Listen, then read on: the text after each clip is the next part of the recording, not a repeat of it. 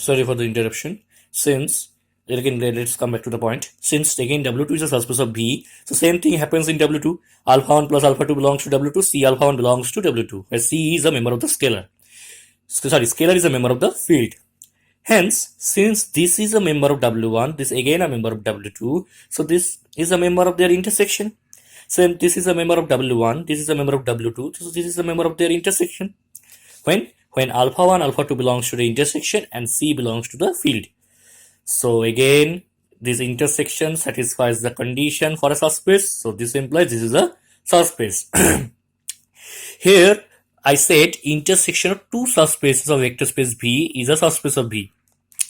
You can extend this to any finite number of subspaces of a vector space V is a subspace of V. That means not only for 2, for 3, for 4, for n, obviously a finite, this intersection will hold. Infinite intersection we can't say, because in linear algebra, in the sense of algebra, finite cases are to be discussed precisely. Infinite cases are very vague to discuss in the case of linear algebra. But I am not saying what infinite intersection will not hold, but it may or may not hold. So infinite part, let's leave for this time being. Now there is two notes. First, I already said, if you take finite number of intersection, then it will be a subspace again. Note 2, like here, intersection of any two subspaces is a subspace, but union of two subspaces of a vector space may not be a subspace. Like group, union of two subgroup may not be a subgroup. Same here, union of two subspaces may not be a subspace. So whenever I say something negative, I have to produce some counter example. So let's give an example. Let S and T be two subspaces of R cube. R cube is three-dimensional Euclidean vector space where the field is real number. R cube is three-dimensional Euclidean vector space where the field is R. So S and T be two subspaces of R cube, where S is this, X, Y, Z belongs to R cube such that the second component, third component 0. T is first component, third component 0. So this is the specification. For any vector to be a member of S, for second and third component must be 0. For any vector to be a member of T, first and third component must be 0. Let alpha is equal to 1, 0, 0. Since I said for a vector to be a member of S, second and third component must be 0. So this is a member of S because second and third component is 0. This is a member of T because first and third component is 0. Now, if I take their sum, alpha plus beta is equal to 1, 1, 0. Is it a member of S? No, because second and third components are non-zero, not 0. Is it a member of T? No, not again, because first and third component are not 0. So, alpha plus beta is neither a member of S nor a member of T. So, it is not a member of S union T. But alpha is a member of S union T, beta is a member of S union T, but their sum is not a member of S union T due to this. Therefore, we can conclude the union is not a subspace because the sum condition is not satisfied. So this union is not a subspace of R cube. Clear? But is it always happen that union is not a subspace of union of two subspace is not a subspace?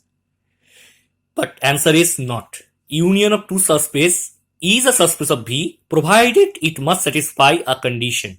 Like subgroup.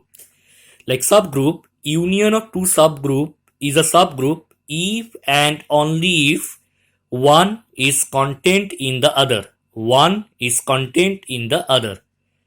Same here, union of two subspaces U and W of vector space V is a subspace if and only if U is contained in W or W is contained in U. That means either of them contain the other.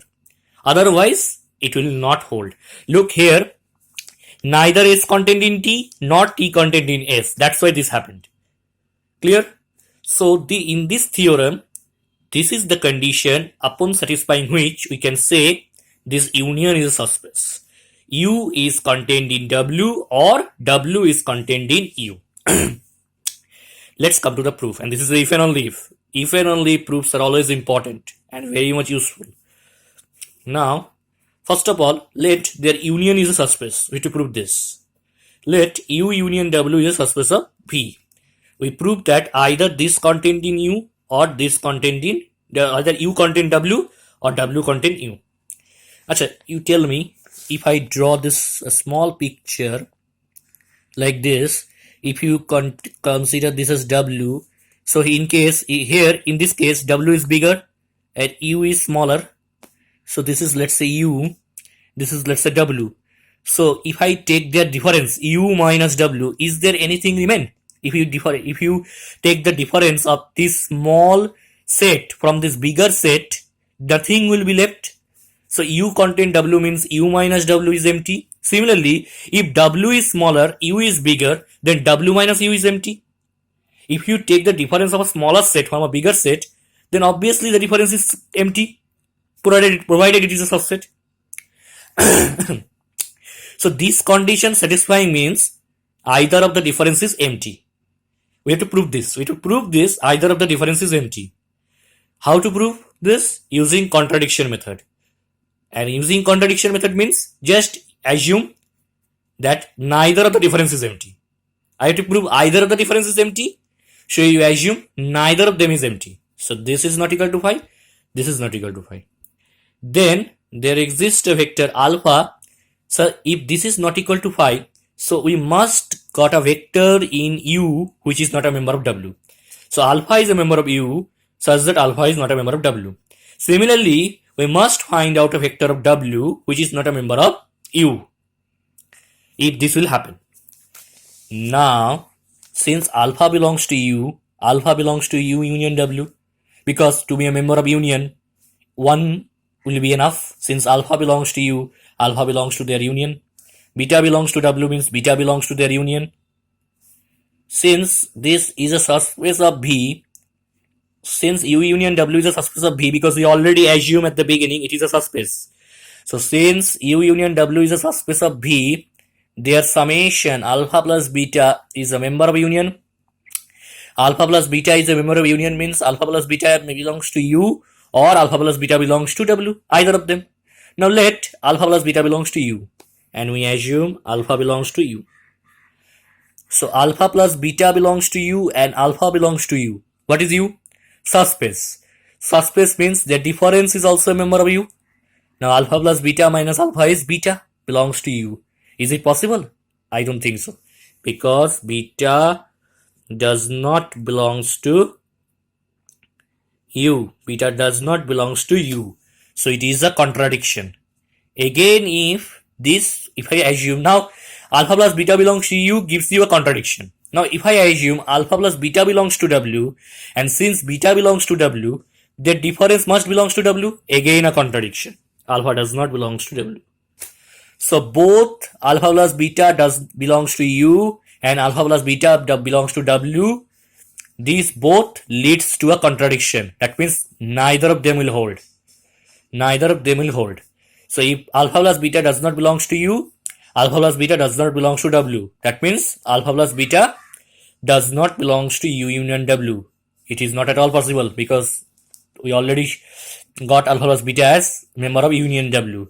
Why it is not possible? Because at the beginning our assumption is wrong. We assume the difference is not equal to phi. So this assumption is not admissible. That means it is not possible. And if this is not possible, that means either of them must be empty. Either of them must be empty. That means this will hold. So U union W is a subspace of V leads to this condition U contained in W or W contained in U. Conversely, let U and W be two subspaces of a vector space V. Subspaces of a vector space V. Now I assume that either of them will contain the other. I have to prove their union is a subspace. Now you tell me, if U contained in W, then union will be the bigger set W, which is a subspace by assumption. If W contained in U, then union will be the bigger space U, which is a subspace of B. Again, it is done. So in any case, the union will be a subspace. Very easy proof. So this completes the if and only proof of this theorem. Now let us go back to the next thing. Linear sum of two subspaces.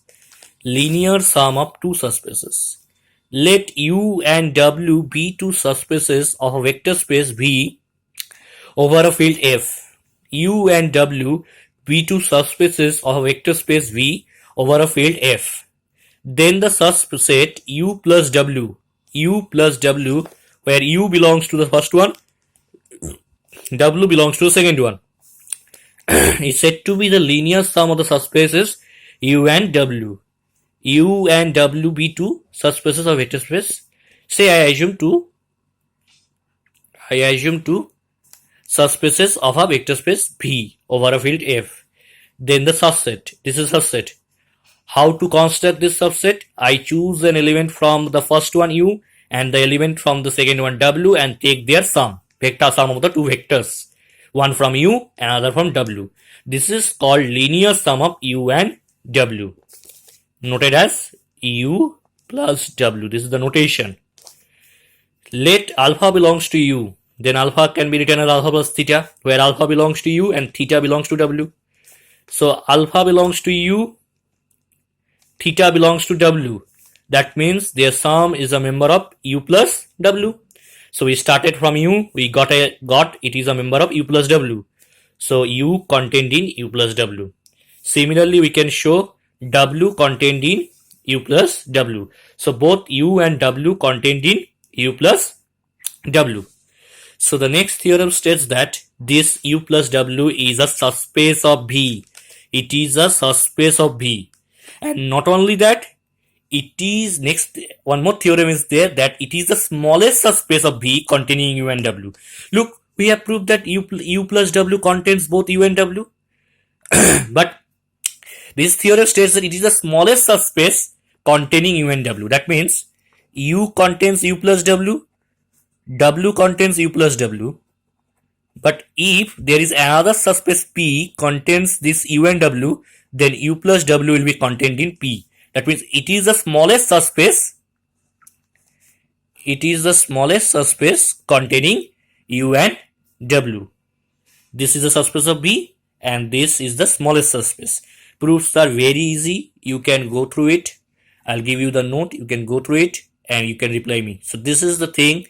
This is the last thing, that this is the smallest subspace of U and W. One more theorem is there. If V is a vector space over a field F and alpha beta belongs to V, then this set, how to construct this set? Multiply a scalar with alpha and multiply a scalar with beta, then take their sum. Then this set also forms a subspace of V. This proof is very easy. You can go through it. This theorem itself is not so important, but it leads to a very important topic called linear combination of vectors. Which leads to basis and dimension. And that will come to my next note. Thank you.